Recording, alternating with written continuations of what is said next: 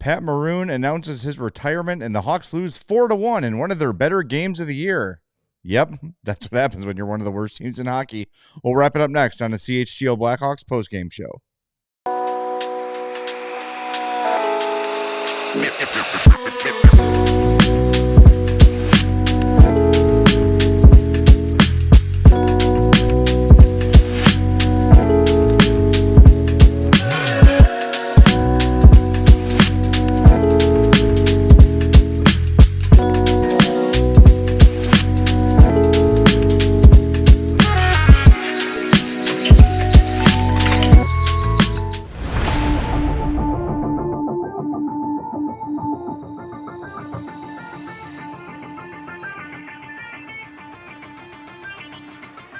Welcome into the CHGO Blackhawks postgame show presented by Bet365.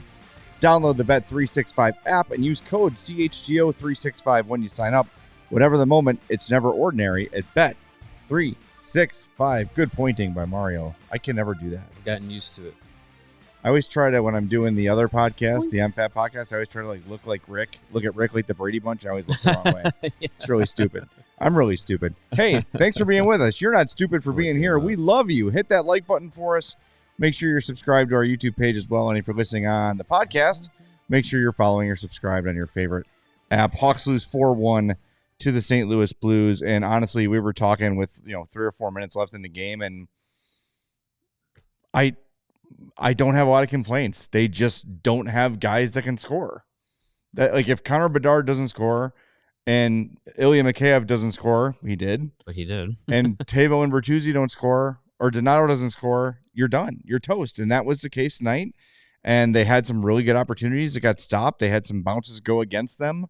And that's the game. And there's not a ton to say. They fought hard. They defended well. They did everything you want them to do. And the bounces went the Blues' way. That first goal the Blues scored. Literally the bounces went 3 before the puck hit the ice.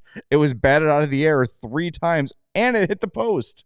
It's like it's been that kind of year for the Hawks. It's crazy. At game 70, you throw up your hands and you just say, "What else? What else you got for us, universe?" Let's not find out. Yeah, I mean, it's just we're good. It's one of those games that it's just, like you said, like it's hard to point at any specific thing and say like this is the reason they didn't win. It was easy against what was it, Seattle, Vegas, whoever they played, where they just got it was every shot was a one-timer goal. That was Seattle. Yeah. Where it's just like, oh, clearly defensive breakdowns, wide open shots. Like tonight, or this afternoon, it just really Blues just capitalized on the chances they got. Hawks, you look at the breakdown of the game, they had more scoring, or they had more shots on goal, they had more high danger chances. Yeah, and they just didn't finish them. There was an opportunity at the end of the second period, right after Mikheyev scores the shorthanded goal. Nazar and Slaggert are out there for the next shift on the penalty kill, and Landon Slaggert has almost the exact same look that Mikheyev has, but Slaggert doesn't score. Hofer makes the save. He's not able to lift the puck enough to get it over the pad, but another 2 inches and it's a goal. If you score 2 shorthanded goals in the matter of 30 seconds or whatever it was to end the period, then the third period is completely up for grabs, but it's just... You just don't have enough talent to overcome a team like the Blues that are fighting for a playoff spot, that have more NHL talent top to bottom than you. And Soderblom, for up until the Blues had 2 goals in 2 minutes, he was playing really solid. And I have zero complaints about Soderblom's game tonight. Nothing. I thought he really bounced back well, which is an encouraging sign considering we've seen in his hockey past that when things start to get bad, they can snowball a little bit. And he was the first guy on the ice at practice the other day, working on it, refining his game, staying in his crease, all the things that he needed to do better. He was working on, and it showed up in this game despite giving up 4 goals. The only one I really didn't love, and this is not Soderblom, this is the rest of the team, is the 4th Blues goal, where Kaiser is trying to kind of the Blues peeled off on the boards, and Kaiser kind of got stuck, like in the middle of the ice. And Murphy was on Soderblom's right. Bolduc, who scored the goal, was on Soderblom's left, but no one was able to get to him. He had all day to kind of get that rebound and score. I think it was I don't know if it was even a misread by Kaiser, but he was kind of stuck out of position. But other than that, it is. And LS says in the chat, it's just a lack of talent. It is. It's just a lack of talent in this one. There have been plenty of games too where they should have competed harder and played better and played smarter. This game, I have no complaints about effort.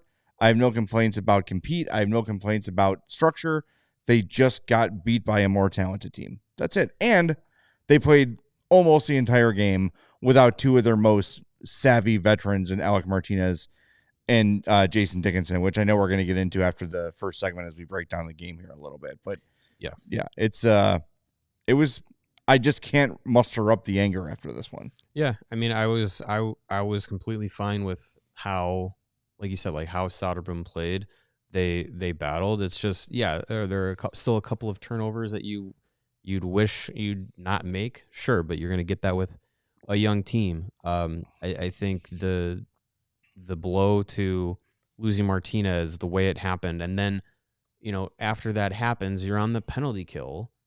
I think that takes something out of the team. And you don't have Jason Dickinson around. The lines get jumbled. The defensive pairings get jumbled. You're playing down two skaters for 40 minutes. It's just there. It's hard to get into a rhythm after that point in the game. And then you're doing it first game of back-to-backs in which you got two afternoon games. It's an off rhythm weekend for these guys. Yeah. No morning skate today, no morning skate tomorrow. You're coming back tonight, from St. Louis. Like, it's just the flow of this game within the next two game set. Like, I wouldn't be surprised if there's some, discombobulation in tomorrow's game. Well, fortunately, the Flyers were in Dallas today too, so maybe that helps a little bit, but maybe. I don't know. It's rough. It's frustrating. Again, reminder, hit that like button for us, and please subscribe to the YouTube page. We've got our 4th star nominees for the game. We were going to give one to Pat Maroon because he announced his retirement before the game. This will be his final season. So however many games he gets to play, they will be the last of his career. So he was named number 1 star of the game by the Blues. Alexei Torpchenko was number 2. And pain in the ass, Neil Walker was the 3rd star of the game. So our nominees are Alex Vlasic, who played 25-37, 2 shots, 6 shot attempts, 2 hits, and a block shot. Ilya Mikheyev with a shorthanded goal, 4 shots on goal, and 5 shot attempts. And Ryan Donato with 4 shots, 7 shot attempts, a crazy non-call on a breakaway, a broken stick, an embarrassing fall down on the ice, and a startled Derek Plant. all within the course of about 30 seconds. That'll be brought up in our blame the refs segment. Yeah, and that's certainly coming, and I know that's a lot of people have that on their mind, and it's undeniable. But I'm just looking sort of. I want to say too, as we kind of tie a bow on the game for this segment here. It was another strong game for Joe Veleno. 17-24, 4 shots on goal, had 2 hits, had a takeaway, had a block shot, and won 50% of his 12 faceoffs. Not electrifying, not dynamic, but he carries the puck a lot. He maintains control, can kind of cycle around, makes good, smart passes. I'm not saying he's going to be, a huge part of this team's future, but he's got another year on the deal. So you've got next year to figure out what you have in him. He's 25 years old, former first-round pick, which we know is a massive insult when you say that because it means they aren't actually good yet. But hey, as you're looking 3-4 years down the road, it's a guy who maybe you could see in a limited bottom 6 role.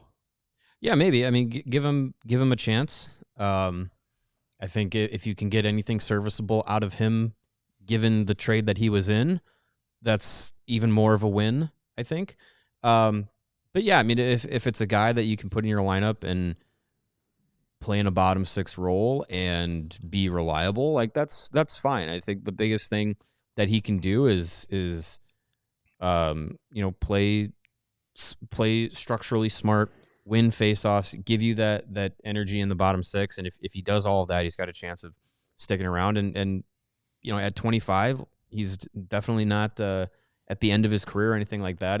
I think it's completely, a fine role for him. And if he does anything more than contributes anything more than what he does through the end of this season and through next season, then again, that's a win, because given where the Blackhawks are at right now with the players that are here, that are coming up, that are going to turn pro in the next couple of months and into next season, if you're a guy that's in that position like that, where it's just like, you're not technically all that young anymore, but you're not a veteran, you haven't established yourself, but you end up winning a spot, that means you're doing really good, because this organization is going to put a lot of emphasis on giving opportunities to those young guys coming up in that next era of hockey here. So if Veleno makes a spot for himself, that means he's doing something really good.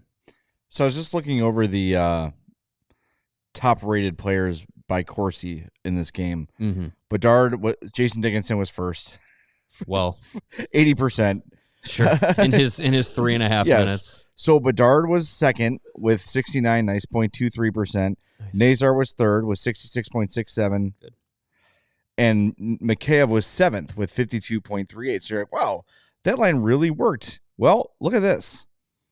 The Mikheyev Nazar Bedard line was 50%. 3 shot attempts for, 3 against, and 751 of ice time. Bedard, Nazar, and Donato had 10 shot attempts for and 1 against. 90.91 Corsi for percentage. That's pretty good. That is your top line. Scoring chances were 7-1. High danger chances were 3-1. That's pretty good. That's the top line. Stop it. Yeah, I don't hate that. I don't hate that option. It's one of the 50 we've seen this year. It's time to find something and stick with it. And I don't know, I know the Blackhawks have their own proprietary metrics. Mm-hmm. All I need to know is who's got the puck when who's on the ice. And when Nazar, Bedard, and Donato are on the ice, the Hawks have the puck. The numbers say that generate offense. Having the puck is how you win hockey games. So stop overthinking it. Get a line out there that creates. Get the best out of those 3 guys, because they're your tickets to winning right now. Put them together. Let it happen. Give it a few games. That is undeniable. They did that. I just said the ice time. What was it? 4 minutes or 3 minutes of ice time together? Yeah. 10 shot attempts? I was looking it up the other day, and I don't remember the exact perimeters, but they were one of, 252. Yeah. 10 shot attempts. That's pretty good. Yes. That trio as a forward group at 5-on-5 is, I think in the top 10 of minutes together, I think it is for forwards groups. And they were in the top 5 of every possession metric. And it's just like, that was the only Bedard Nazar combo that was in that like category. Yeah. So I think that's a good combo to go with. Who knows what we'll see tomorrow? Now with Dickinson, we'll see what his status is, if it was just a 1-game thing or if he's going to be gone next game. We'll see what ends up happening with the lineup there. Likely Philip Kurashev will be in. Martinez, with the way that hit went, can't imagine he's going to play tomorrow, or if for the rest of the season, who knows. So Crevier and Brody will probably come in, but what made me laugh was at the right before the game started, Rick Ball was talking on the broadcast, mentioning that this was the first time in 16 games that the Blues have changed their forward lines. Yeah, and it was because of an injury, and I was just like, wow, 16 games with the same forward line. I can't imagine what that feels like. Amazing. We can't even go 16 minutes with the same forward line. That'd be nice. So yeah, it's just, and again, I think at this point, I see a lot of people, it's in our chat on social media and everything, Sorensen's got to go. He's got to go. He can't coach this team. He will. He will not coach this team next year. He's not going to coach. I would put my house, I'm not going to say it. I would put my house in the ground.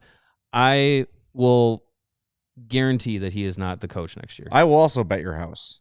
Yeah, that's fine. That the Hawks fire Anderson. They're not going to fire him. They're going to relocate him. He's not going to be the head coach. He's getting his Beefaroo rewards card beefed up. Yeah. In time for next season. Yeah, don't worry about that. He'll but I do think it plays a factor, and we're going to get to that in the penalty segment coming up next on the CHGO Blackhawks podcast powered by Bet365. Making myself giggle. And hey, how about some cannabis for you? Other things that'll make you giggle. Hell yeah. Sunnyside Cannabis Dispensary, cannabis, I can speak, is your home, slow down, Jay, for judgment-free cannabis shopping.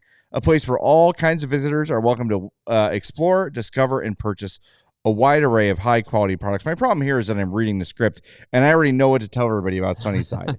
It's amazing. Oh, he's going off script. I'm going off script. Sunnyside is the greatest dispensary, and if you're looking for a little bit of guidance because it's your first time or maybe you're a bit of a novice in terms of shopping for cannabis, the people there at Sunnyside are going to take care of you. They're going to make you feel educated. You're going to say, I want to sleep. I want to become part of my couch. I want to adjourn to another dimension. Whatever it might be, they're going to help you do that at Sunnyside. If you already know what you're doing, you're going to love their massive selection of great products, including Floracal, Cresco, Good News, and Mindy's. Whatever you're looking for, they've got it. And how about this deal? Listen to this carefully. I know we read a lot of disclaimers around these parts, but I want you to really tune in and listen.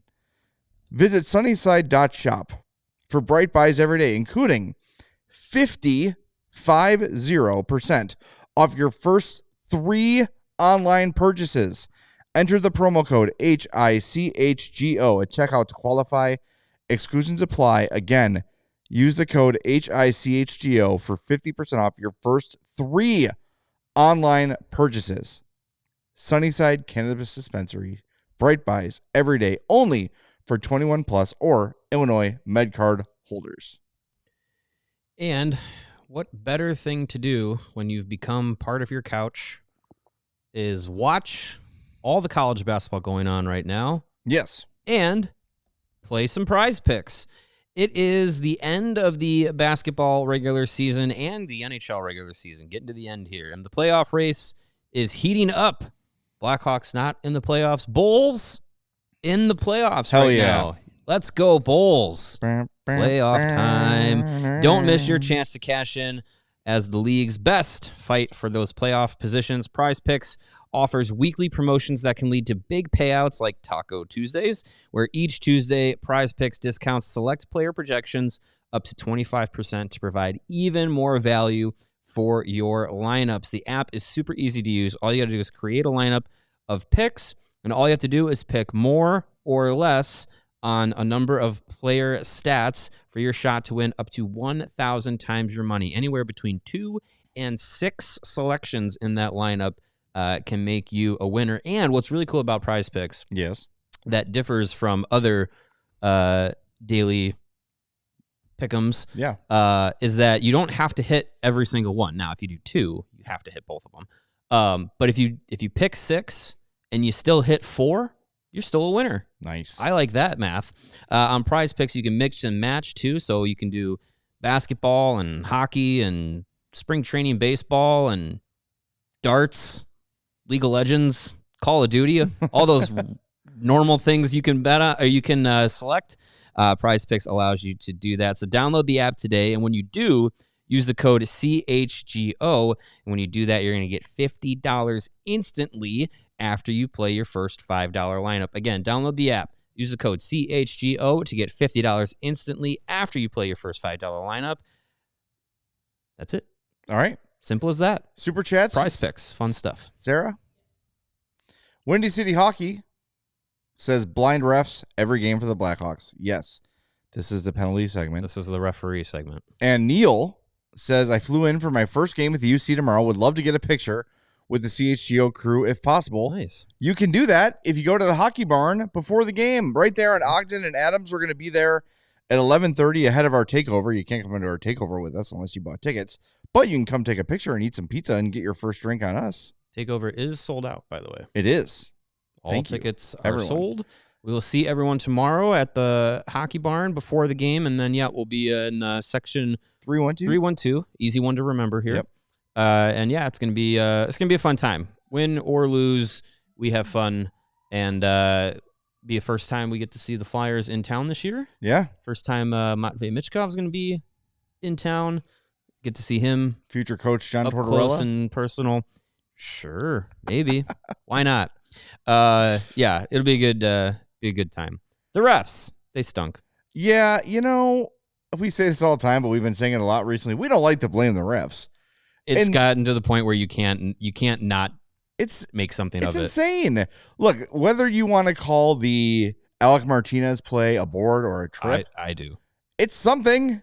It's definitely something. It's not nothing. A man almost got murdered on the ice. That is something. Yeah. Let alone Jason Dickinson has to take the extra 2 and 10 for the fight, and then ridiculous. You've got Ryan. I almost said Ted Donato. Good Lord, Ryan Donato on a clear breakaway, a blatant slash. Oh yeah.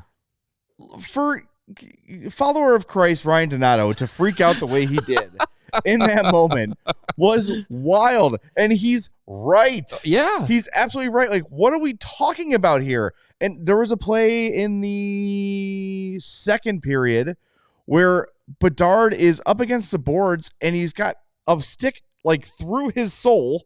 It's like under both arms. He's getting twisted around. His stick is in the air. Yeah. Nothing. I don't know. It is bizarre. You pair this stretch up with the Bedard misconducts for whatever reasons, and then just we were talking about during the game, it also seems like it's paired with every official review that they've done in the last half of this season has not gone their way. It seems that it's way. been like, oh, that's clearly offsides. Nope. By this language in the rule book, it's not. Oh, that's clearly a goal. Well, our referee was on top of the net, so we don't get a camera angle of it. View, right? Like, it just seems like this stretch has been so bad with the officiating, and I'm not going to say it's just like purposefully biased against the Blackhawks, but to go through, as you said during this game, to go through a game that physical and get 0 power play time off of it.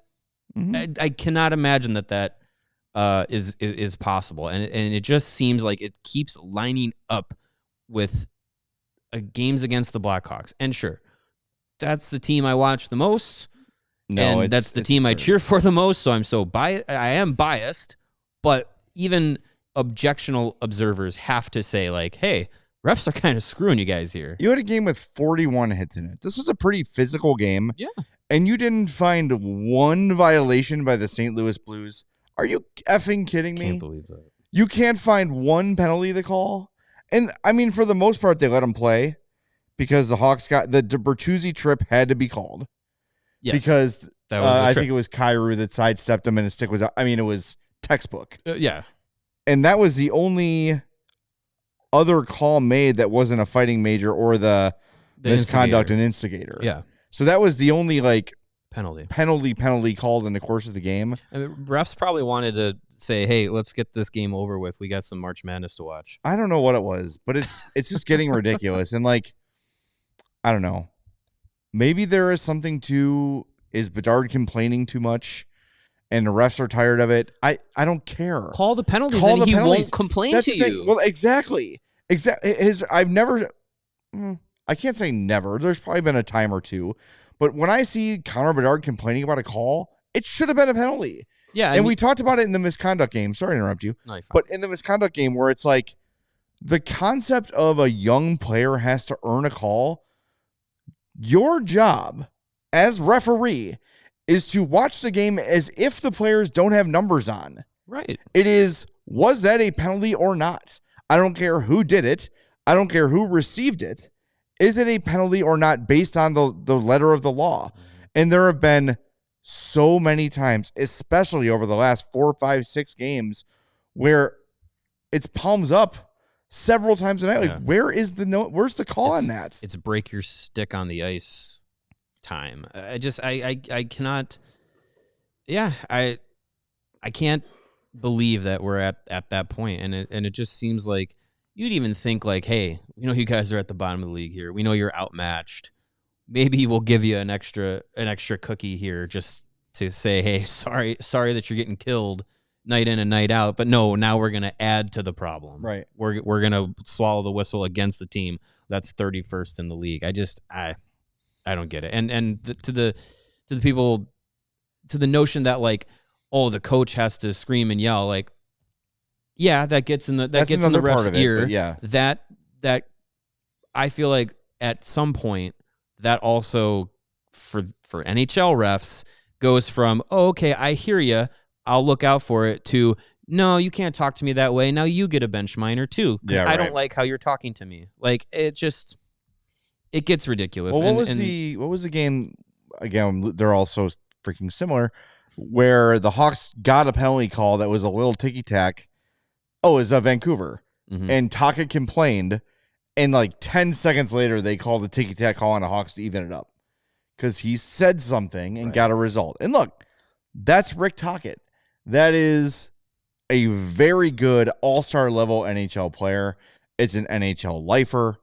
It is a he was a coach. It is a for a long bookmaker. Time. Yes, everyone conveniently forgets about. He has a earned reputation throughout the league, so I understand it. It doesn't make it right.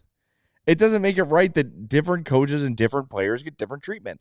And again, if it's Sidney Crosby against Ryan Reeves, okay. You know what I'm saying? Like, Crosby's going to get the benefit there because it is a career enforcer versus a Mount Rushmore hockey player. Mm-hmm. But in terms of the average game and average interaction, what has Ryan Donato done to not earn a call from a ref? What is Alec Martinez? If Alec Martinez can't get a call, right? What are we doing? And it wasn't even like that was like Kyrou or Robert Thomas or anyone like that it was Jake Neighbors. Right. He's still a young player. Why is he got the benefit of the doubt on that play? I don't know. I just feel like if the refs don't like guys like Bedard expressing their frustrations on the non-calls or the soft calls, then call the penalties, and he won't yell at you. Like, you're called an official. You're there to officiate the rule book. Right. And I don't know. It's something that you could probably say about pretty much every game. One team can have this exact same conversation. And that's just where we're at with NHL refereeing. And it's been very long overdue that there needs to be some sort of...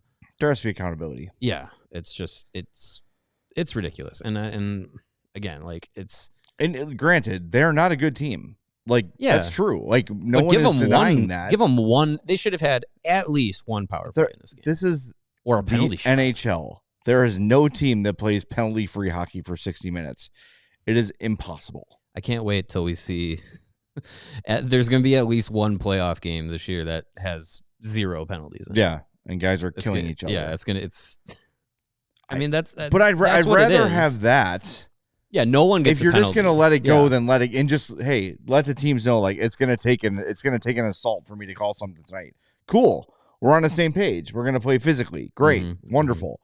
But this especially, and I know it was Cam Fowler.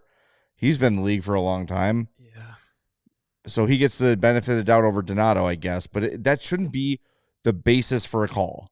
Who is more experienced and accomplished on this play? This is what, his 7th year? 6th year pro, Donato? I think so. He's been around the league. People should know him. He should have a cabin His that dad they've gone played in the to. NHL. Yes. That should be enough. I don't get it. By ref standards, he should get the benefit of the doubt at least once. Yeah. And on a call that egregious, like... That'd be called in my beer league. Right. They'd call that slashing. Right. And I think we are sort of debating about the Martinez call because in real time it's hard to see because it looked like Neighbors and Martinez were kind of doing we're going to agree to scrum on the boards and fight for the puck, and then I think it was Neighbors' stick that caused Martinez's foot to kind of catch and cause the fall. Yeah. But yes, it's accidental. Most penalties are accidental. Right. Yeah. Most tripping calls are accidental. The Tyler Bertuzzi didn't go like the friggin' Showtime at the Apollo. Yeah. Right. And yank the feet out from under the guy. He didn't go in with that strategy. Right. The stick got in the way and it was a penalty. So I don't know. It's and not only we could Zapruder film it, but it also, it should have been at least a boarding in my opinion, because he's going in there. It's not a wrap up. It's a push. Guy to stay. I feel bad for Martinez because this is a season that he might be the next to be like, this is my last year or whatever. And he came in and has endured this season. He's been the veteran mentor, one of them on the blue line, and he's had a good impact with guys like Alex Vlasic, and he's dealt with his own injuries, and he's got a baby on the way, and now he gets crushed into the boards in game 70, and nothing comes of it. It's rough. Yeah, really aggravating. All right, we got to hit the break zone one more time. Again, hit that like button for us. We are right on the precipice of 100 likes, so please get us over that hump before we come back. We are going to talk a little bit about the coaching aspect of this, and we want to talk about Pat Maroon, who revealed he will be retiring at the end of this season as well. Coming up next on the CHGO Blackhawks podcast, powered by Bet365. And I think I have an idea why the refs stink. They are not. They literally stink. Using Mando. Mando is a whole body deodorant that's safe to use anywhere on your body. So anywhere, your pits, I hope you're using deodorant there. It's usually where it goes first. Balls? Your thigh folds? I'm happy to say, even as a fat man, I don't have thigh folds yet. Yet.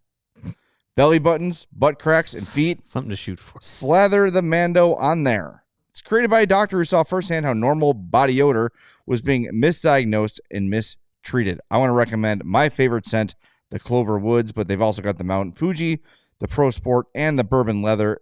The Mando is clinically proven to control odor better than with a shower and soap alone 12 hours after a shower. The man's Grundle odor level was a 5 out of 10, the average man. With Mando, the average Grundle odor is a 0 out of 10. And again, we respect those Grundle sniffers who lend their noses to science. It's a thankless job. For the Mando company. Mando starter pack, that's like perfect for Severance. What do you do for work? I don't know. Maybe that's what they're doing in Severance. Sniffing Grundles.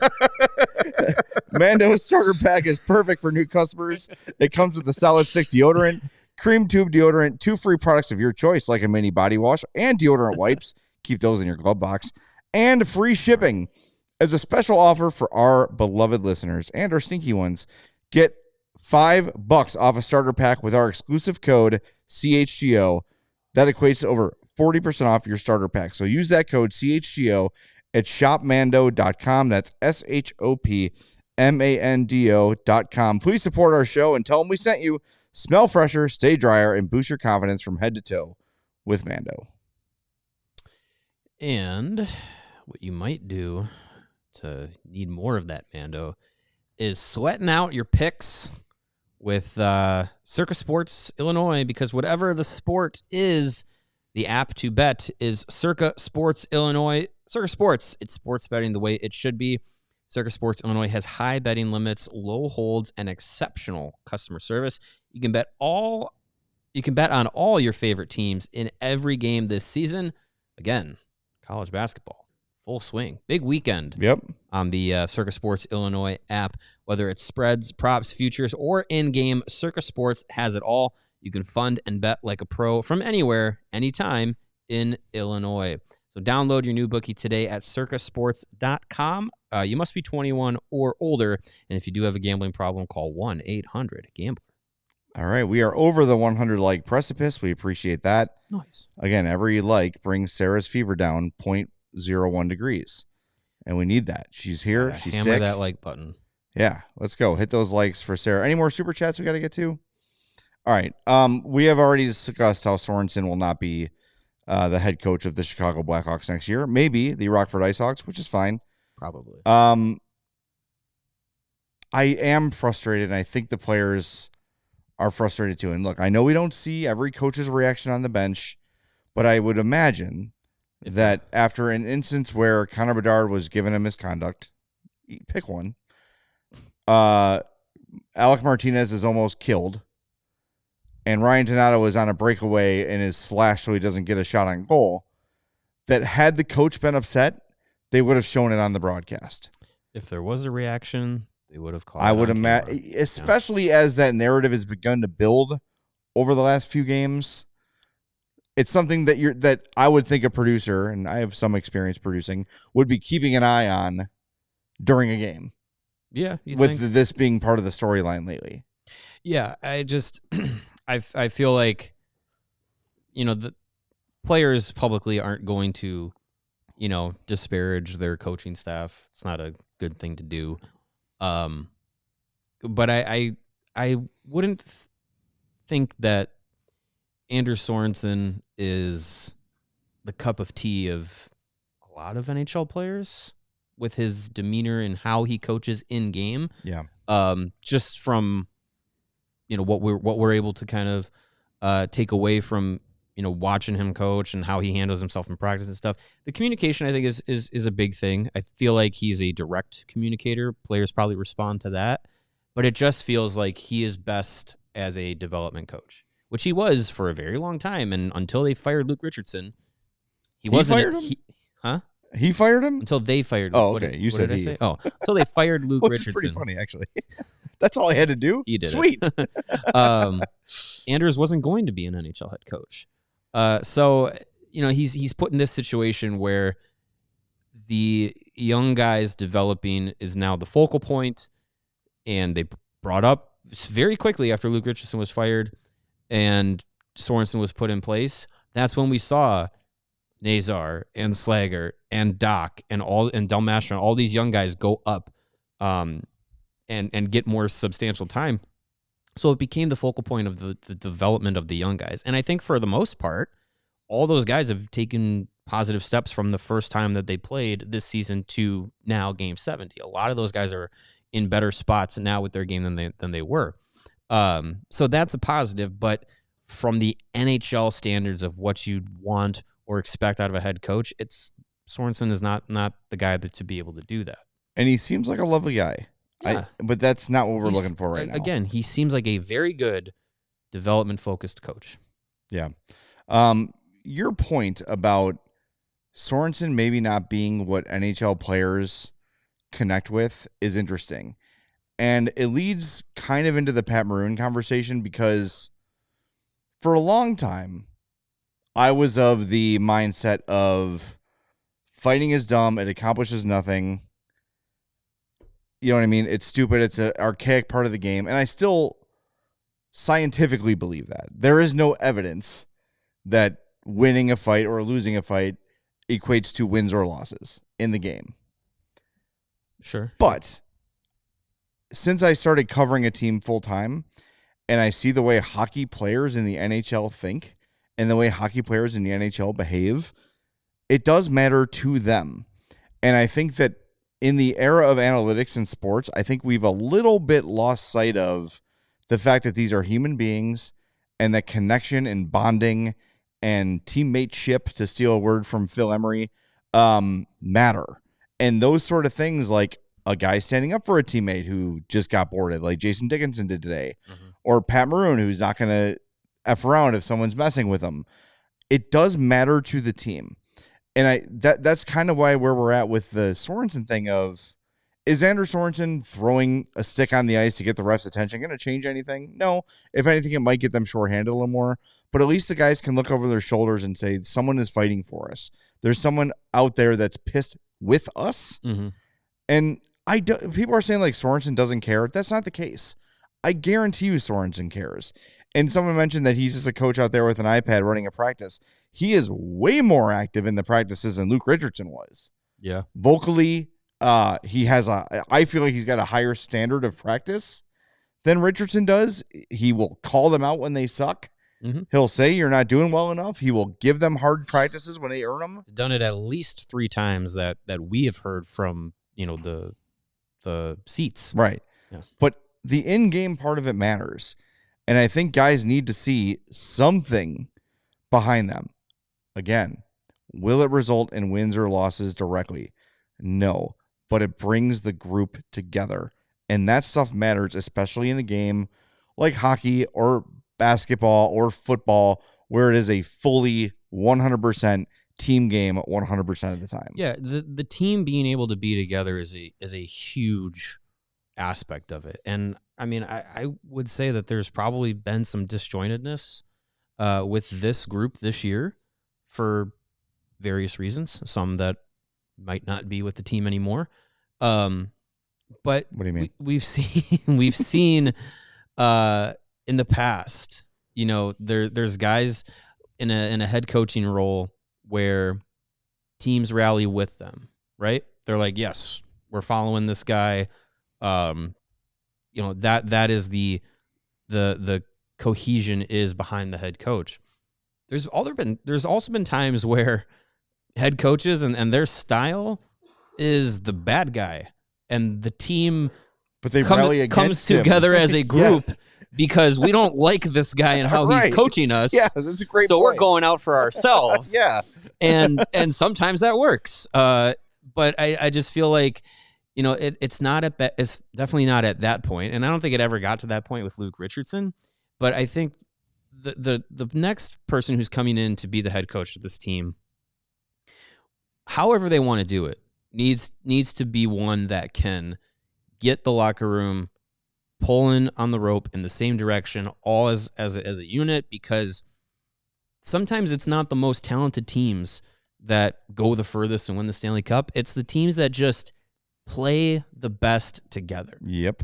And I don't think next year's Blackhawks are going to be the most talented team in the league, but if they could come together quickly at this offseason training camp and hit the ground running as a team, I think you can expect a lot better results, a lot better performances, more performances where you're like, they played really well and they came up short, or they played really well and they forced their own luck and they won. Yeah. Like I feel like if the next head coach can get next year's team, which very likely will not be all that talented, playing that like that, that's going to be huge. Well, yes, and I think the fact that we have 10 players under 23 in the lineup today, whatever it is, 9 or 10, yeah, and there's like 11 under 25 or younger on the roster. It's some crazy number.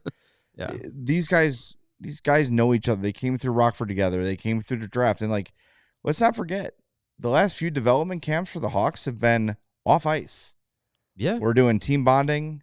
We're doing outings. We'll do film sessions and we'll do some training together. Yeah. But it's not on ice. We're not going to have you guys competing against each other on the ice and getting hurt in your summers. We're going to spend time getting to know each other.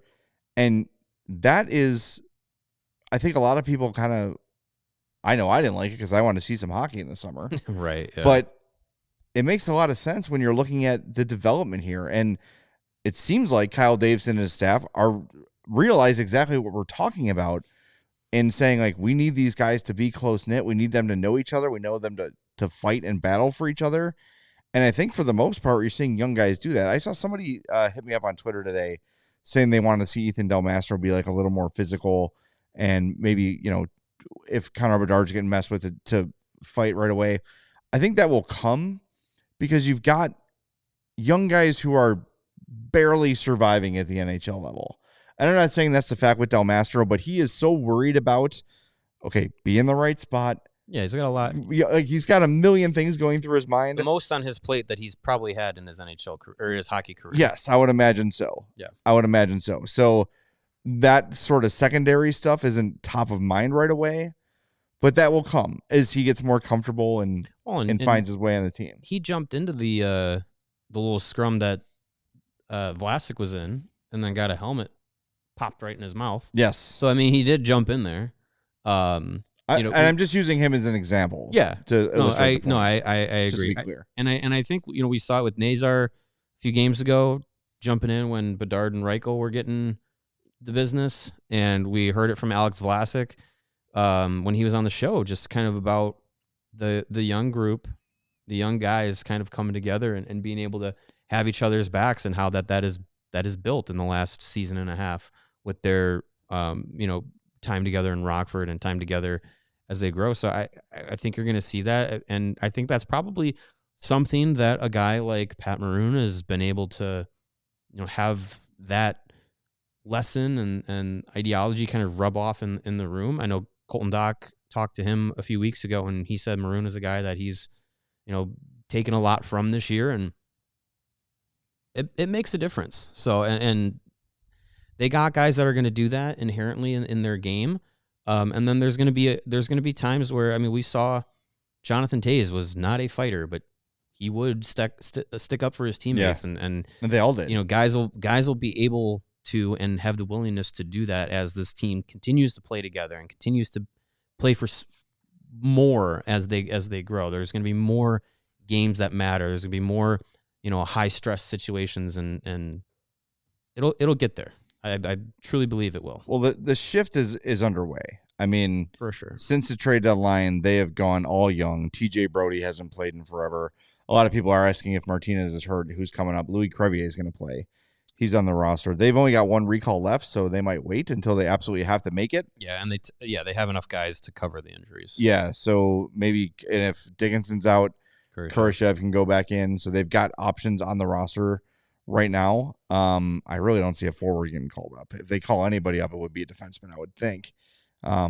Yeah. But it's just going to keep getting younger. And again, you've got the potential for 2, 3, 4, probably not 4, 2 or 3 college players to join the team in a week or two here. Could be 4. Like there's a lot, there's a lot of young coming. And I know someone said in the chat, you could tell from game 1 of the preseason that this team wasn't going to work. And that's true. And I'm actually writing about it for Monday's Blackhawks beat, but don't let this NHL season alter your view of the rebuild, because this team started this year as one of the older rosters in the NHL. 4th or 5th? 5th oldest. So 5th oldest opening roster. Yeah. So it was not like all the kids coming up and failing. They're failing now, but I feel like the failures lately, for the most part, have been more tolerable. For me, this young group's failure is that they're just not winning games. And that's not the point of this season. Right. I think the individual steps forward that a lot of these young guys are taking. We've seen it with Del Mastro. We've seen it with Frank Nazar. Colton Dock, I feel like more consistently up until his injury. He's kind of figured it out. He was scratched a few games. I think we're seeing the young players getting more comfortable with being in the NHL and having these responsibilities on their shoulders. And I think that's the biggest takeaway. This team getting wins and losses doesn't matter anymore. It's more the individual performances, and for the young guys, it's, are you getting better? Are you not making the same mistakes over and over and over again? And I think for most of them, you're at that spot. So that's a positive thing for me, at least, going into these final 12 games of the year and going into next season. And there's going to be more guys that you're going to have some patience with next year. You're going to have guys likely Aiden Thompson, Ryan Green, Sam Renzel. I would say those 3 very likely sign at the end of their college seasons, whenever it ends in the next few weeks. They'll be rookies next year, either in Rockford or maybe they win their way up to Chicago. Nick Lardis is going to be a rookie next year, likely in Rockford. Mm-hmm. So I'm going to say right now, don't expect all those guys to be in the NHL day one. They might work their way up next year, but they're going to go through those same rookie season growing pains. But that's all part of the rebuild process. And I think if at this time next year we can talk about a guy like Ryan Green or Nick Lardis, like we're talking about Frank Nazar, where started the season in Rockford, excelled, got up to Chicago, started slow, but is now excelling to where he's on the top line. He's getting power play time. He's getting penalty kill time, and he's handling it well. I mean, that's huge. And I feel like that's even ahead of schedule. Yeah. I agree with you. The always positive AKZ says Kyle Davidson's on the Buffalo blueprint.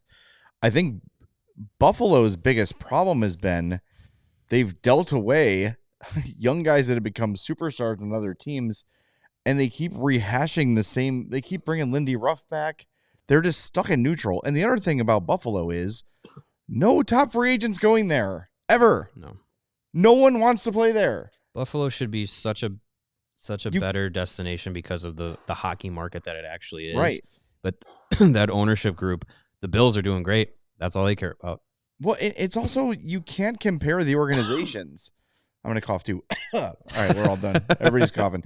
Call for Saren and hit the like button with your, it's you can't compare organizations in terms of accommodations for families, nutrition, strength and conditioning, facilities, all these things. The fact that they're an original 6 team.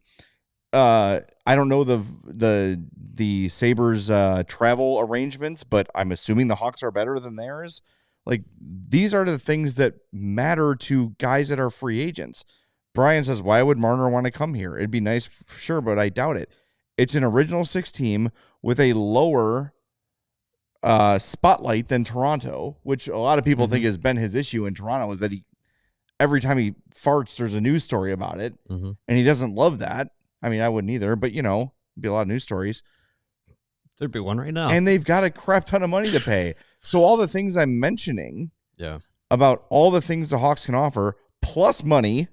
Yeah, a lot of money. Plus straight cash, homie. Like, all the things you need to decide to join a hockey team, aside from the only thing the Hawks don't have is current NHL success. Right. That's it. That's the only thing that they can't offer. That's a big thing that guys want. And it matters. But yes. But if you tell Mitch Marner, hey, man, look at our prospect system.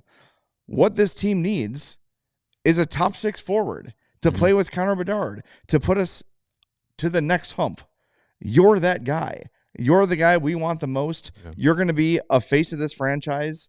You're going to get endorsements. You're going to be on billboards around town. You're going to get car dealership sponsorships. You're going to make tons of cash. We're also going to be able to pay you more than anybody else. And as Lebowski 5 points out, you're going to be a superstar with anonymity and then that'll be anonymous at the same time. Yeah. Hockey fans will love and know who Mitch Marner is. And at the same time, he can go to Chicago Cut and have a meal in peace. Right. The Hawks have the best of everything to offer these guys aside from current NHL success. But when you ask Marian Hossa why he signed here, and I know they just played in the Western Conference Final, so the timing's different. Wow. But he saw, wait, this is the up-and-coming team. Yeah. And I think a lot of people that actually pay attention to what is happening in the Hawks organization can see, oh, wait a minute. There's a lot of good, exciting things here that are attractive. Yeah. Also money. Yeah. I think if you are if you're a guy looking to, see that big picture, it should look pretty good for the Blackhawks, because that first wave of young talent is getting here, and some of them are showing, some positive dividends already. So it's, maybe it's not Marner, but it could be somebody like that next summer. Sure. That has the same, revelation that Hossa did of like, hey, this team has got something here, and if I'm part of it, they're going to be even better. So you could get to that point. Yeah. I'm just reading the chat here. Sorry. Yeah. Edward says, to be clear about one thing, if Marner goes to market, there won't be any shortage of bidders. That's true, which is why I'm talking about the myriad intangibles that the Blackhawks, they actually are. They're not intangibles. They're very tangible things that the Hawks offer that other organizations don't. Yeah. That make them a destination, even when, look, I'm sure there were other offers for Alec Martinez. He's like, Chicago's a great city. I'll go finish my career there. I would say that they probably offered him more money, the Blackhawks. Yeah, probably. Yeah, but they can do that with Marner too. Well, and we've seen too, like with all of these, free agents, it's not necessarily the most dollars that gets a guy to sign somewhere. Look at Johnny Gaudreau. Like, he left money on the table to play with Columbus. Yeah, and there's so many different factors that weigh on how a guy makes his decision. And the most money usually wins out.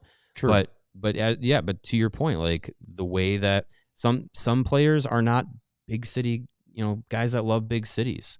So they might favor a Nashville or Carolina or something like that rather than a Chicago or a New York or anything. So you can't do anything about that. I mean, So I mean, that's what my point is. There's different factors, and some guys might look at Chicago and be like, "That's exactly my fit," or they might look at Chicago and be like, "They could give me all the money in the world. I don't want to play there." Like, well, guess what? It all changes. And if that's the case, you've got nothing but draft capital to go trade for a guy. Yeah, who's not going to have a choice to play, but to play here. Like it's, what I mean? It's they are well positioned to do anything they want to do. Can they force Mitch Marner to come and sign in Chicago? No, but they have as good of a package to offer as anybody when you put all the pieces together. I mean, just based on things I know about Mitch Marner, it seems like this would be a very appealing destination for him. You'd think, yeah. I don't know. I don't disagree. And Pat earlier in the chat said, once the Hawks get Michael Misa, free agents will sign here. If you believe that Michael Misa is going to attract free agents, Connor Bedard is already here. Yeah. Like, I think if I'm a free agent, I'm like, man, I really want to play with one of the young up-and-coming superstars. Connor Bedard ain't it for me, but Michael Misa is. No. Bedard is that dude. He's already here. And there's no guarantee that Misa's even playing in the NHL next year. Right. Yeah. He could, but there's no guarantee he will. Yeah, I think free agents are cognizant of the prospects and how teams are drafting, but I can't imagine there's any free agent that says, "Who did you guys take with your first pick?" I'm in or I'm out, because a 28 or 29-year-old playing with 3 years from now playing with an 18-year-old, I don't think they really care. Yeah, I think they care about the here and now.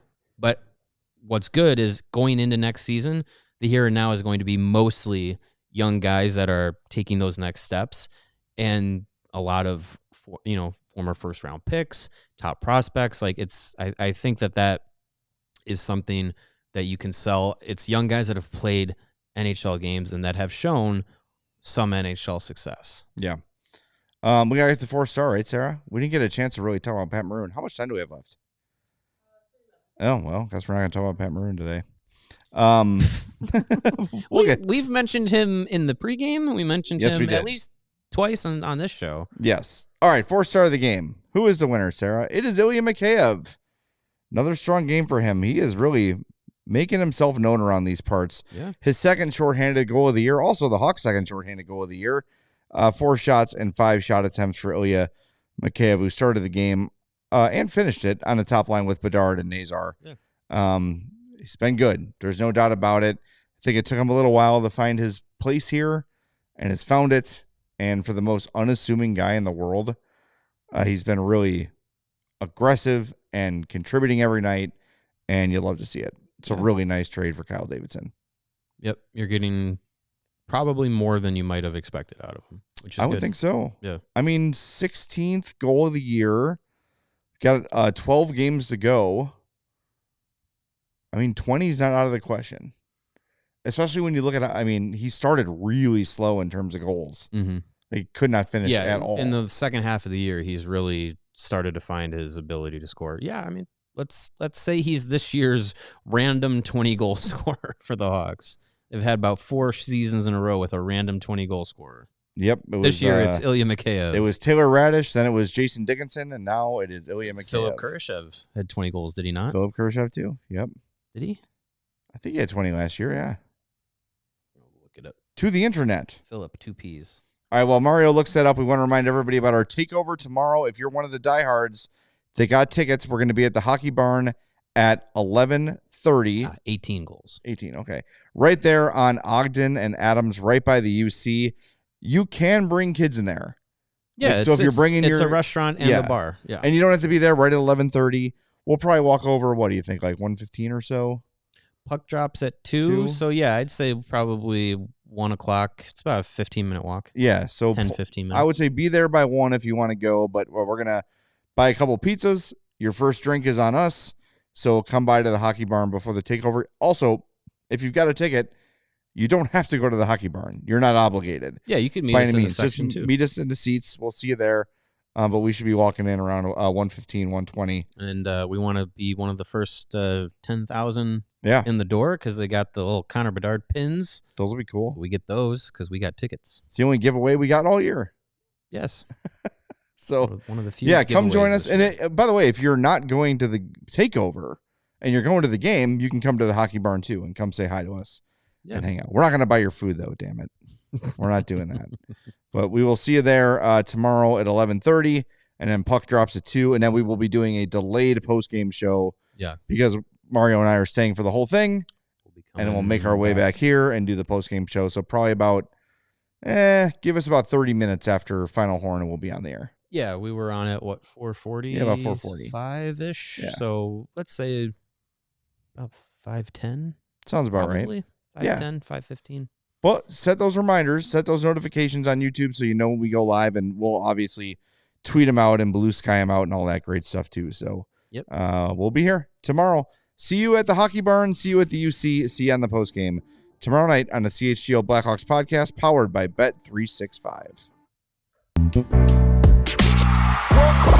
We all silly like the mayor.